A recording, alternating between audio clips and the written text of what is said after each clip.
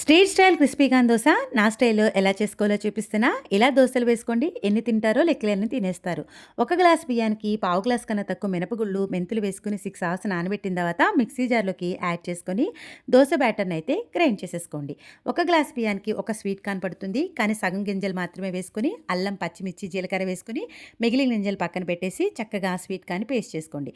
Dosa బ్యాటర్‌లోకి sweet corn paste వేసుకొని టేస్ట్‌కి సరిపడా సాల్ట్ కూడా వేసుకొని పిండిని కలిపిన తర్వాత 2 అవర్స్ పక్కన పెట్టేసేయండి. పాన్ పెట్టి హీట్ అయిన తర్వాత దోస బ్యాటర్ తోటి దోస వేసుకోండి. స్వీట్ కార్న్ దోస బాగా రుచిగా ఉండాలంటే ఆవకాయ ఊటపై తేలే ఆయిల్ వేసుకోండి, చాలా బాగుంటుంది. కొద్దిగా బట్టరు, సన్నగా చాప్ చేసి పెట్టుకున్న స్వీట్ కార్న్ గింజలు, చిల్లీ ఫ్లేక్స్, ఆర్గోనో ఫ్లేక్స్, చీజ్, కొద్దిగా ఆవకాయ ఊటపై తేలే ఆయిల్ వేసుకొని మూత పెట్టేసి మీడియం ఫ్లేమ్ మీద 10 నిమిషాల పాటు ఉంచారంటే చీజ్ అంతా మెల్ట్ అయ్యి ఎంతో టేస్టీగా ఉండే street style sweet corn dosa అయితే రెడీ అయిపోయింది. వీడియో నచ్చితే లైక్ చేయండి, మన ఛానల్ని సబ్స్క్రైబ్ చేసుకోండి. ఇలాంటి వీడియోని మరికొంతమందికి షేర్ చేయండి.